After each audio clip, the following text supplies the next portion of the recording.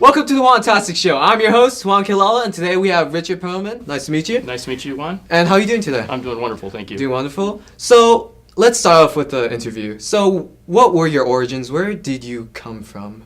So I have an engineering background, and I've always been a car enthusiast. Always enjoyed working on cars.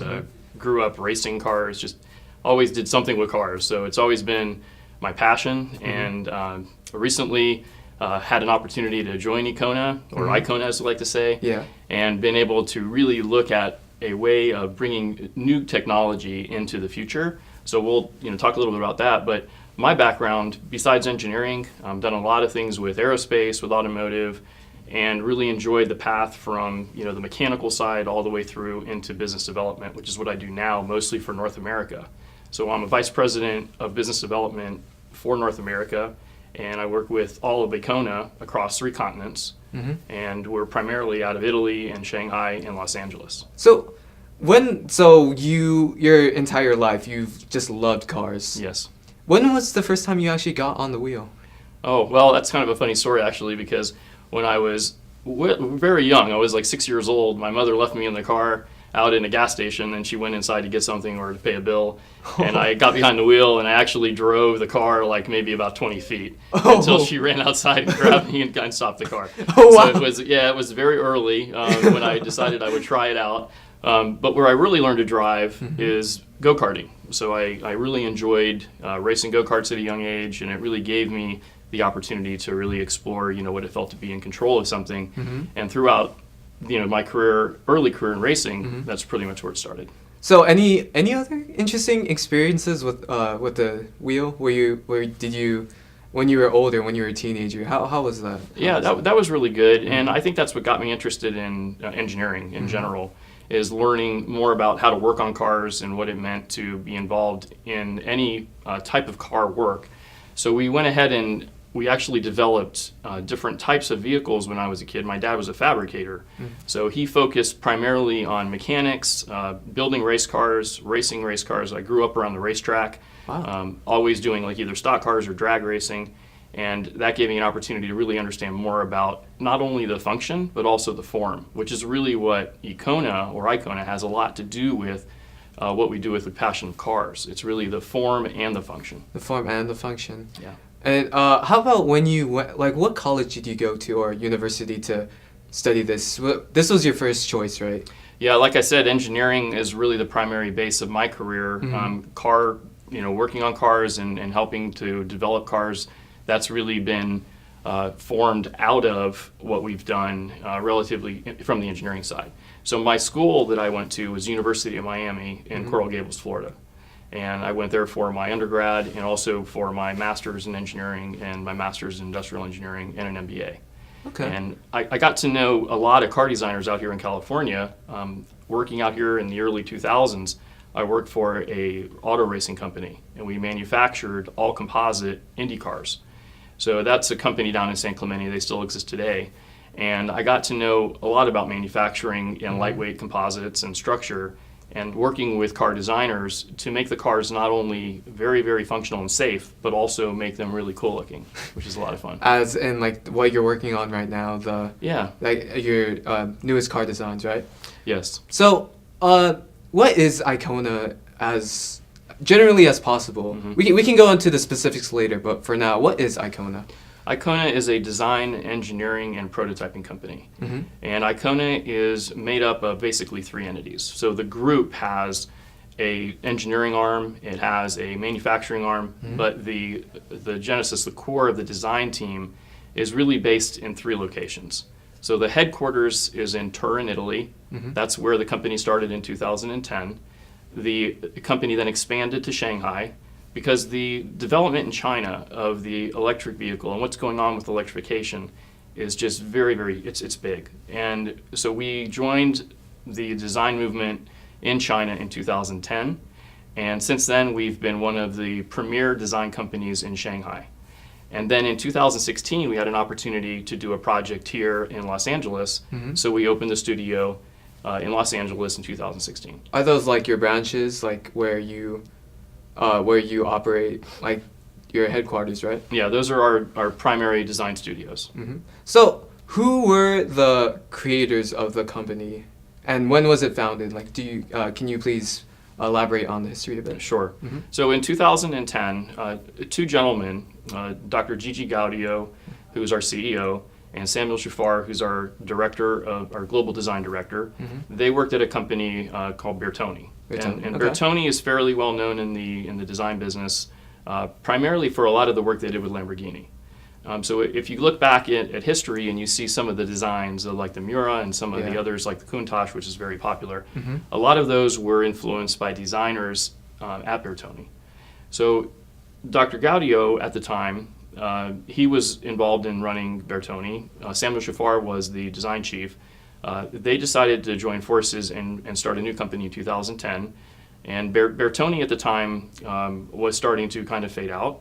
And so, As in, it no longer is in existence. Okay. Yeah. So Bertoni actually, the gentleman who started Bertoni passed away. And they went through a transition, and then so the design chief and the CEO went ahead and started ICONA, along with two other shareholders, which are a company called Technocad and a company called Checkon. And what do they do? What does Technocad and the other one do? Yeah, so Technocad is the engineering arm of the company. They provide engineering services, and they can engineer complete cars. And Checkon does pre-production and prototype. They do all the way through complete bodies and parts. And they currently make a lot of the bodies and parts for cars that you know today, which we really can't mention, but they do a lot of different European, Chinese, and others. So back to the creators for ICONA, they worked on cars like the Lamborghini, right? Is it the Lamborghini? Yeah. So the company that they worked with before. So a little bit more about Samuel, our global design director. He started at companies like he started originally at BMW as an intern, and then from there he went to other companies like Nissan, for example, and then from Nissan, he grew his career, and he's very well respected. He just stacked up all that experience. And he's done some great cars and has a wealth of knowledge, and he's really assembled a great team. We have over 75 designers on 3 continents, and he manages them very well, and it's a big part of our core and our DNA. Would you say that some of your designs are inspired by other cars in the past, or is it completely original? No, I think every designer uses other cars to influence them, not only other cars, but also their culture. Right. So it really depends on where the designers grew up, for example, or where they live day to day, or what they experience when they go on vacation. I think that's one of the things about the California car culture, is much of why you see the influence you do over the years out here in California is because it's one of the places where you needed to have a car in order to get around. I think if you look back and you see all the design studios that were started and where they ended up migrating to California, they did it because they wanted to have designers and they wanted to have engineers that could really use the influence of what they see in California, the culture, the roadways. How do you get from A to B and beyond? What can you do to really influence the future of transportation? Right. And you still want to make it practical, so it's actually still drivable. Yes. But since you work in autonomy, that's not going to be there for long. Yeah, that's a good point. I think the whole discussion about autonomy is changing. And, it used to be where people wouldn't even consider giving up control. But what's happened is we've seen different levels being introduced to us, and we didn't even know it. For example, there's 6 levels of autonomy. Right. And 0 is what we do today, most of us. We control everything in a car. Right. But little subtleties, like if you're starting to have lane departure and all of a sudden the car gives you feedback and you feel it in the steering wheel and you go back into the lane. So that's kind of level 1, right? Level 1, level 2, where you start to get some feedback from the car. So the car has sensors, it's smarter, and over time what we're going to see is eventually a migration where you can have all the steering controls, the brake pedal, the gas, everything, but you won't have to actually drive. So you know today there are some autopilots that have been in the news. Yes. Some of the cars have autopilot capability, more are coming. And so that's migrating us more towards eventual full autonomy. And full autonomy would be what they call level 5, Level 5. which is the nucleus that we nucleus. had at the LA Auto Show. Okay, so specifically about the nucleus, what makes the design of the nucleus so unique? I have never seen something that unique in my life. Yeah, I think one of the cool things about nucleus is when we first brought it to the LA Auto Show and we started to bring it to the booth, Yeah. a lot of the people that were helping us or were working on the car, they looked at it and they said, man, it looks like a spaceship. They didn't know the front from the back. They thought it was really, really futuristic, really, really cool. Was that what you guys were going for? Yeah, we were. I think something very different. Not just to create another minivan or SUV, but to create something that will translate you. When you get in, you don't realize you're actually in a car. Or you're in a minivan. Yeah. Yeah. So it actually, without driver control and optimizing the interior volume, you can do so much more. So that's why we made it like a driving lounge. So the interior of the car is it looks more like a lounge than like in a traditional car with seats.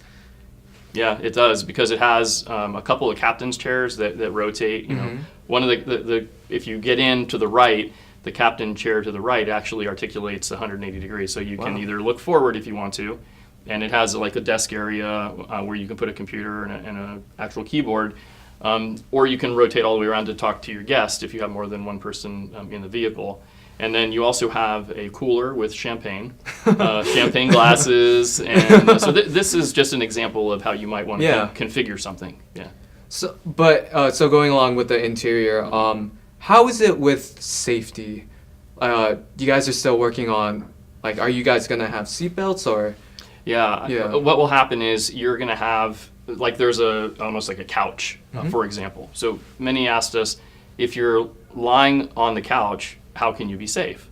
Well, I think what you need to do is you need to incorporate some of the features that are in jets today. Okay. Have what they call a divan, which is basically like a couch in a plane. And you can have a airbag incorporated into a belt. So you could actually strap yourself in, and the airbag is designed into the belt, like you see in some cars today as well. Really now? So if there's any kind of an impact, the airbag in the belt will inflate and will keep you in the correct position. Wow, that's interesting. Yeah, and they're also discussing like almost like a cocoon, like sleeping bag configuration, where you could slide into this and it would have restraint capability. So when you're not in an impact, you're relaxed, but then when you do get an impact, the sensors will actually inflate the bag and keep you in position. Oh, in place. Oh, okay. Yeah, so that's some of the technology they're working on. Is that still mostly conceptual, or? I think they've done some initial testing, but once again, it's so new that they're really trying to see where they can pull some of the technology out of aviation and bring it into some of the automotive. And it goes the other way as well, because a lot of the automotive stuff we see ending up in aviation. That's cool. So would you say that the nucleus is arguably your favorite project so far, or what's your favorite project? And we've done some really exciting projects, not only for ourselves, but for clients. Okay. And that's one thing that is important, is ICONA is really a company that works for other car makers. We don't make cars for sale. We build our cars for show and to give examples of what we can do. So we've got different levels of show cars, for example. Our first car we did is called the Fuselage. The Fuselage. And the Fuselage, it looks more like a jet. It's a really, really interesting design. Even the wheels, if you look at them, they look like a like a turbine fan. Oh, wow. Yeah, they look like blades, you know. Oh, that's cool. That's cool. So that's really nice. And so that car has a very unique and distinct feature where it's a two-row car, so you have 4 people in it, but the doors are like gull wings. So like a Mercedes, an old like when Mercedes those gull types wing. of cars out. Yeah, the doors come up, and then not only can you get into the driver's seat, but you can also get into the back seat from the same feature. Cool. So it's really, really nice. That's cool. So that was one of the first ones we did, and then we did another one that's called the Volcano. Now the Volcano is more of a sports car or a supercar. Okay. And we did 2 versions of Volcano. We did one where it was all a composite body, and that one is all red right now. And then we did one that is made out of titanium. Yeah, all titanium body, all hand formed, really, really impressive. The only titanium supercar form that way in existence. It's a one-off. Is that practical or? So it was primarily to show what we could do and, Right. and how we can utilize all of our experience from the design side, from conceptual ideation, all the way through to actually manufacturing. So that car drives, and we've shown it at Concours d'Elegance up in Monterey, and it's been at a number of shows. It's a great car. It's a lot of fun. So, but hopefully, through the years, you hope, and the company hopes that people, just regular people, can drive the car, right? Yeah, well, Yeah. that's a great example of a car that's made for fun. You know, Right. somebody who is an enthusiast and would really enjoy getting out there and having some horsepower and being able to throw it around and have a good time with it. So that car is more for that. And then the next one we did is called the Neo. The Neo? And the Neo is a city car. And it's to demonstrate, it can hold 4 passengers as well, and it's to demonstrate what you can do with technology and translating into, of course, what became Nucleus, which is our latest. And our it's the latest most project. modern. Yeah. So, since the Nucleus is the most modern, does it include all the features of the previous vehicles, or did you guys have to kind of take out some or add new ones? Yeah, that's a good question. I think it really is its own vehicle in that because it doesn't have driver control, because you have to rethink the way you might want to be positioned in the car if you're not, you don't have to take control of the car. You don't have to face forward. So the It previous, was a completely different way of thinking. so the previous cars, they had steering wheels, but the Nucleus, it's just Correct. Yeah. Yeah. So the other cars were pretty much, as we mentioned, the early autonomy levels, right? You Right. could incorporate some features like into Neo that would possibly get it to maybe a level 3 or level 4 vehicle, but it was never intended to not have driver control. Okay. However, Nucleus doesn't have a steering wheel, doesn't have any driver controls at all. So you are basically expecting the vehicle to get you where you want to go and do it in the most efficient way, in the safest way, and you don't even have to worry about getting there. It basically will. You tell it where you want to go, and eventually, hopefully, the most efficient way it'll get you there. Okay, so how's that going so far, as in like sensing object or obstacles Yeah. and other things like that? How's that going so far? Well, that's one of the biggest challenges I think in doing this well. Part of it is the sensors that are being developed, and a lot of that Right. technology right now is being blended with AI, AR. You see a lot of that artificial intelligence and augmented reality coming into play, and so sensors like radar, of course, is a pretty popular one, been around for a long time. LiDAR, which is another type of radar that helps you see in difficult conditions, Right. but it's a very powerful sensor as well. And then cameras are getting much better. So More compact? yeah, they are. In fact, recently at CES, one of the really, really good automakers Yeah. came out with a camera that's it's going to replace the rear view mirror, or I'm sorry, the side view mirrors. So normally where you might see glass, you'll look You'll and you'll see it. actually, the visual will be inside the door panel Oh. because cool. the camera's facing rearward, or it could be facing at an angle. And then you'll look and you'll see on the door panel, you'll see a screen. Okay. And that screen will show you what's behind you or to your side. Damn, that's So it gives you a much more sleek design option. So it looks maybe more like a blade rather than. Oh, like, that's cool. yeah, That's because cool. mirrors are usually kind of challenging. Yeah, for designers. they're a bit clunky. Yeah, exactly.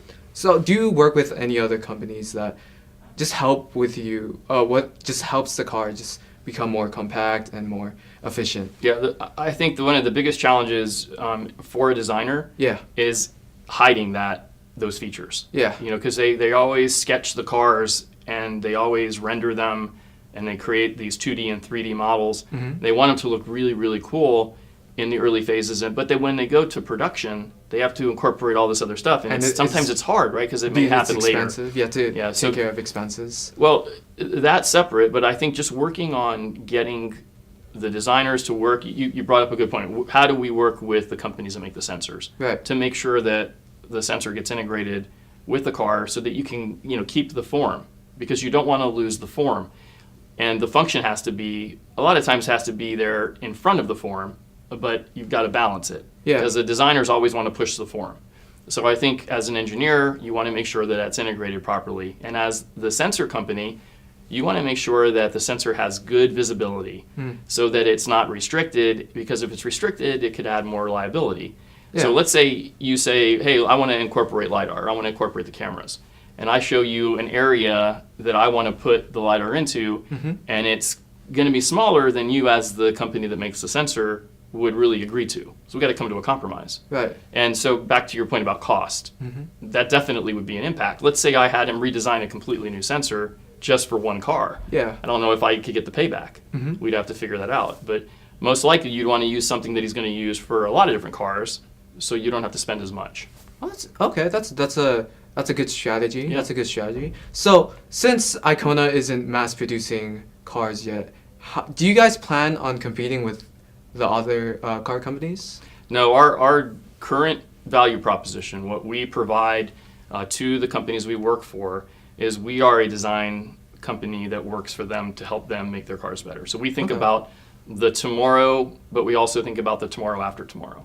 So that's important to us. And we want to work with many clients, providing them with the opportunity to continue to advance. If they want to evolve their current design, that's fine. But what if they want to have a revolution, for example, where they want to do something completely different, and they want to come up with a new line, or maybe they're in cars and they want to get into sport utility vehicles, or there's a lot of options. And what we do well is they come to us and they say, hey, we have an idea. We want the car to look like this car. Okay, can you help us? So they give us a kind of an idea of the package they want us to work on.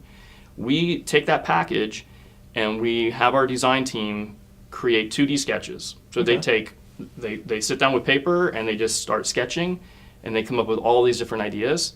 And then typically what will happen is our global design chief, as we were talking about before, Samuel, he'll get involved and he'll select the themes he likes, and he'll try to get it funneled down to something that's more realistic. He likes to say, and he influences our team to think about less is more. Right. So he likes to say, put everything down that you want to put down, and then remove everything you don't need.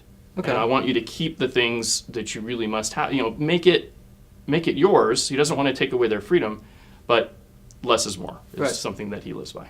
So since expenses and other things, like other obstacles as the sensory system is what are one of the obstacles, when do you think that automatic cars will be a norm in society? Yeah, so that's hard to say, but I think it depends on where you look. Where do you want to incorporate them? Let's say in urban or suburban environments, or metropolitan type environments like cities. It really depends on the infrastructure. Right. The biggest challenge we have right now in seeing like even level 2 or level 3 cars like Teslas that you see on the road, once in a while you'll read about an autopilot that didn't work out so well. Either recently in the news they talked about a gentleman who had passed out, and the autopilot took over, and the car was just driving down the highway, and they had to be some officers that actually had to get in front of the car so the car would slow down, and they got it to the side and they woke the man up and he was arrested. Oh, wow. But the car actually saved his life. Yeah. But it also prevented other accidents. Right. But then again, it wasn't good that he used it that way. So it's important that we have regulations in place that can steer where this is going to go. As far as the timing of seeing even like a level 4 or level 5 in place, some are estimating that it's going to be another 10 years. Oh, okay. However, there are experts out there that have said, well, maybe it's going to be in the 5 to 7 year range. But the technology is probably going to get there before the regulations do. I think it's going to take more time for the laws to allow it to be on the roads. Do you think that you guys that there's gonna be a lot of tweaking in the regulations and new regulations being added? Because like that man, he kind of I guess abused the sense of that it can drive automatically. He just passed out. Right. Well, yeah. I think in a situation like that, he probably should write Tesla a thank you for saving his life. Yeah. But in terms of just being able to imagine if you had to come up with a calculation to estimate every possible scenario. Yeah, that could be incredibly difficult. We would probably come up with things that would never happen, but maybe 0.001% Yeah. the probability. So you leave that up to the actuaries, the people in the insurance business, Right. to figure out the I feel risk. bad for that. Yeah, but it's got to happen. I think it's like airbags. You know, when they eventually realized, or seatbelts for that matter, when they eventually realized with cars that they needed to add seatbelts, they needed to add airbags, they needed to come up with things that could make the car safer. A lot of people might have resisted, Right. But nowadays it's standard and it's actually proven to save many lives. Yeah, that makes sense. That Yeah, makes sense. so I think it's just going to take the time for the regulations to really put it into place. So, besides expenses, right? Were there any other challenges that ICONA had in terms of like running the company? Oh, well, I think with any company, you always have a plan and you work to your plan. We've been very fortunate. We've had great growth, and we continue to see great growth. And what we're excited about here in California is, as we talked about before, the car culture here is so amazing, and there's so many great companies that we're excited to be a part of that. And we feel like you have to be here if you're a car design company, Right. because there's so many opportunities to, create the next. Like we said, tomorrow after tomorrow. What is that going to look like? What do we know about today that we can incorporate that we will be able to bring to the future?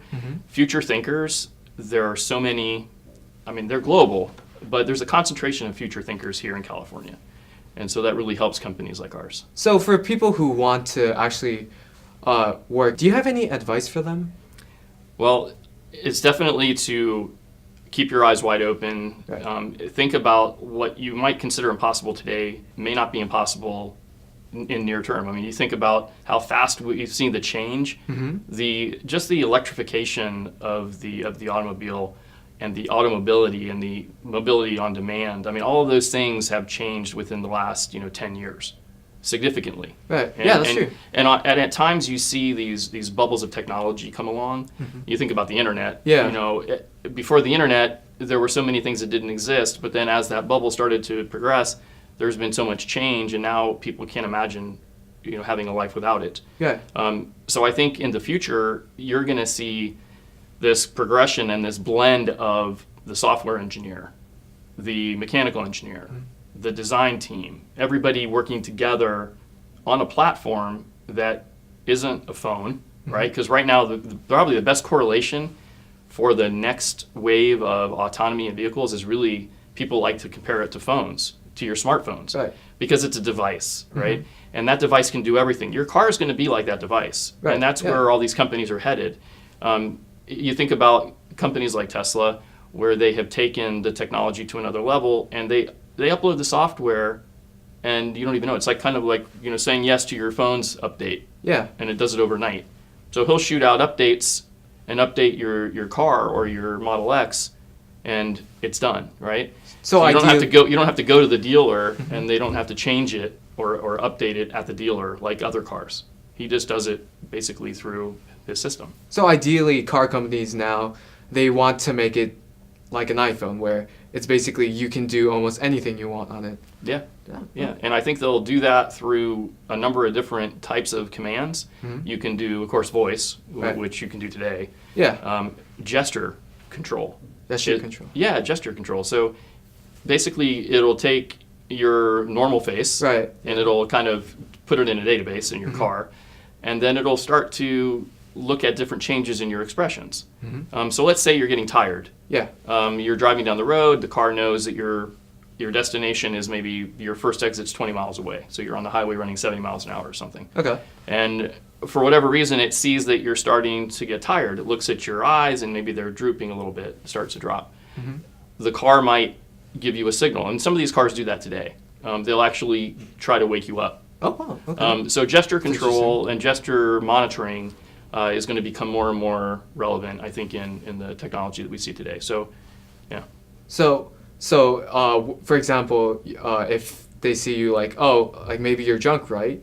They would have a, they would have a procedure to counteract that. Like they would, hopefully, the car would just start driving itself. Like the. Yeah, I guess it depends on what the rules are. I think it would be great if there was a way to prevent somebody that's over the limit from even driving the car. Yeah. I don't know if that's, I know in certain cases they can put devices on cars that prevent people that have a drinking problem from driving, but I don't know if cars are planning to come out with something that advanced where it could monitor your limit just by your breath if you don't breathe into something, you know. That's that might be difficult. that might be an interesting thing for the next wave of designers to think about, is how could they make it safer from that perspective. But yeah, I can imagine a number of scenarios where you would need the car to take over if the car was permitted to do that. Maybe somebody's having a heart attack, or maybe they got distracted and their phone fell and they reached over and they completely lost track of what's going on in front of them, and the car realizes you're in trouble and it just takes over and prevents you from getting into an accident. I think those are things that could be very beneficial. And hopefully that comes in pretty soon, right? I think the technology is definitely close, and in some cases it's already there. Compared to, like, for example, like the 1970s, it's nowhere near where we are today. True. That's true. Yeah. Well, that was all for today's episode. I'm your host, Juan Kilala, and thank you for coming here today, Thank you, Juan. Richard Perlman. Thank you. Please watch our episodes at KBEV 6 Spectrum and on YouTube. And that'll be all for today. Thank you for watching.